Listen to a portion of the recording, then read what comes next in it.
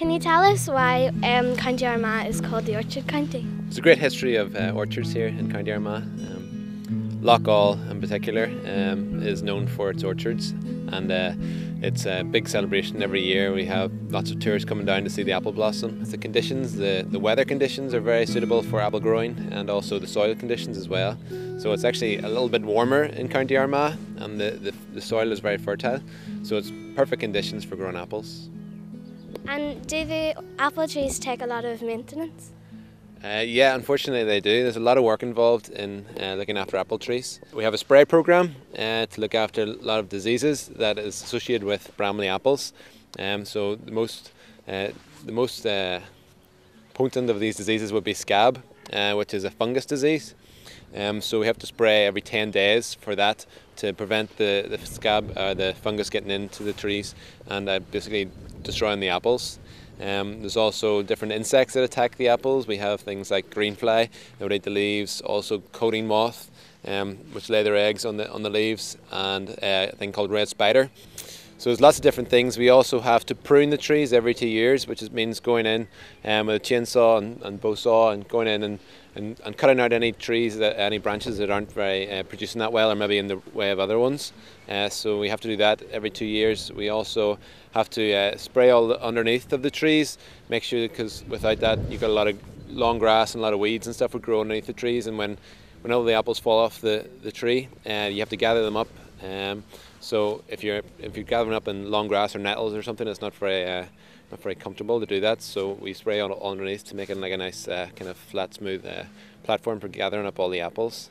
Apart from that, in the summer, the trees like to grow, so they sprout lots of new growth called water shots, and that takes away from the growth of the apples.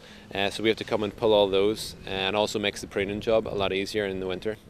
Also, other things include like mowing the meadows, cutting the grass down, just so the grass goes back into the ground, gives the trees more energy, and the apples will obviously become bigger then. So Stuart, could you explain to us how pollination works in this orchard? Yeah, so pollination is very important, especially at this time of the year. Ideally we want kind of warm conditions. Some pollination takes place just by wind, so if it's hot enough and it's windy, some pollen actually just spreads from trees naturally. Other ways that it happens, one of the biggest way is probably by insects, predominantly bees.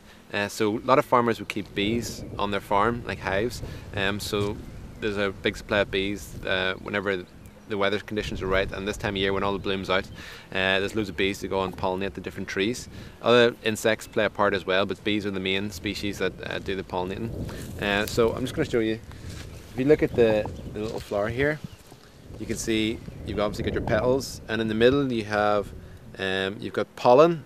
These are the anthers, and on the end of the anthers you have pollen, which are the male parts, and in the in-between there are the female parts, which is the stigma. So what they're going to do, a little bee will come in, and at the very bottom there's nectar, so it will get in, try and get into the nectar. It'll try and drink the nectar is really sweet, and that's where the bees get their energy from, to make their honey and things like that. So once they're out on the way in to get the nectar, their body, their legs will rub against the pollen and collect the pollen, and then the bees will then fly off to another tree, and the pollen from that will get onto the female part and basically result in pollination. And then from there the fruit will grow, and that's basically how pollination occurs. The thing about these Bramley trees is they're in fact sterile, so they can't self-pollinate. So what we need in this orchard, we need different varieties of tree. So over here we have a Katy tree. So this pollinates all the Bramley trees. So there's lots of these trees interplanted amongst the orchards. So that's basically the process of pollination.